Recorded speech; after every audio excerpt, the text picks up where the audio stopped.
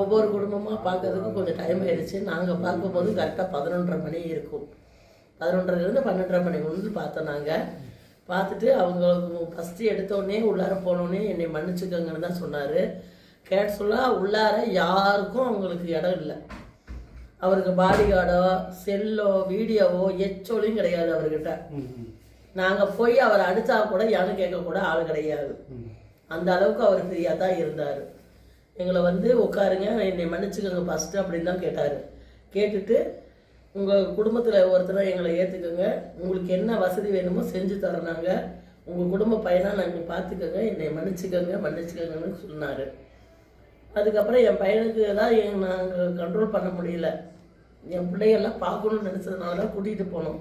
அதுக்கு நாங்கள் மன்னிப்பு கேட்டுட்டோம். ஏன்னா பொண்ணுங்க குழந்தைங்கள கூட்டிகிட்டு வர வேணாம்னு சொன்னாங்க. எடுத்த வார்த்தைக்கு அந்த மன்னிப்பு கேட்டுட்டோம். நாங்கள்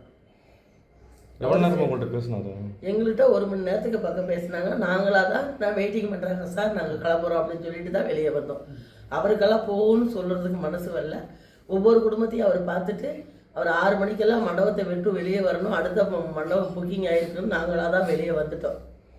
யாரும் சொல்லவெல்லாம் இல்லை, வெளியே போங்கன்னு சொல்லவும் இல்லை. நாங்கள் 8 பேர் போனோம். 8 பேருக்கு காலையில் விழுந்து மன்னிப்பு கேட்டார். கையெடுத்து கும்பிட்டுட்டு ரொம்ப அழுதுட்டார். நாங்கள் கூட தெம்பாக இருக்கோம், அவர் ரொம்ப இழைச்சி போய் தான் இருக்கார். சாப்பிட்டாரா சாப்பிடலையா அது தெரியாது. பாவம். காலைல விழுந்து அழுது. ஆமாங்க. யார் காலில்ங்கண்ணா? அவங்க காலில் தான், அந்த பொண்ணோட அவங்க அம்மா காலில், எல்லாத்து காலிலையும் இருந்தாங்க.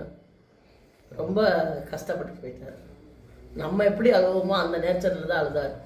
அவர் இவ்வளோ செலவு பண்ணணும்னு அவசியம் இல்லை. இது அவர் சொந்த உழைப்பில் வந்த காசு, மற்றவங்க காசெல்லாம் கிடையாது. இதை வந்து அவர் இவ்வளவு கேட்கணும்னு நம்மக்கிட்ட ரிக்வஸ்ட் கிடையாது. ஆனால் இவ்வளோ ரிக்வஸ்ட் பண்ணி கேட்குறாருன்னா மனிதாபிமானத்தில் தான் கேட்குறாங்க. இல்லை காலைல விழுந்தானா உங்களுக்கு எந்த மாதிரி தோணுச்சுமா? நம்ம பிள்ளை விழுந்தா எப்படி மன்னிப்பு எடுக்குமோ அந்த மாதிரி தான் விழுந்ததுங்க. இப்போ நாங்கள் செஞ்சது தானே தப்பு, நாங்கள் பிள்ளைகளை கூட்டிகிட்டு போனது தானே தப்பு, யாரை சொல்லி இது இல்லை. ஆனால் வந்து இவங்க கூட்டிகிட்டு ஆஸ்பத்திரிக்கு கூட்டிகிட்டு போனது தான் தப்புன்னு நான் சொல்லுவேன். 2வது பிரசவ பரிசோதனை வந்து சீக்கிரமாக பண்ணுனது தான் தப்புன்னு சொல்லுவேன். என் பேத்தி பெரிய பேத்தி உயிரோடு இருக்கும்போது தான் என் பையன் கொண்டு போயிருக்கா. என் மருமகளையும் சின்ன பேத்தியும் பார்க்காம அந்த குழந்தைக்கு ட்ரீட்மெண்ட் பண்ணலை ஜிஹெச்சில். இன்னமும் நீங்கள் போய் பார்த்தீங்கன்னா ஜிஹெச்சில் இன்னும் பண்ணாமல் தான் இருக்காங்க. ஹாஸ்பிட்டலில் என்ன ட்ரீட்மெண்ட் இப்போ எடுக்கிறாங்க, மெடிக்கல் காலேஜ் வராதுக்கு முன்னாடி இந்த ட்ரீட்மெண்ட் இப்போ கிடையாது. ஒவ்வொருத்தரையும் வெயிட்டிங் தான் பண்ண வைக்கிறாங்க.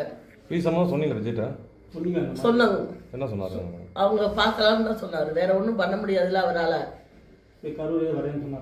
வரேன்னு சொல்லியிருக்காரு. அவங்களுக்கு ஆர்டர் கொடுத்தாங்கன்னா வருவேன்.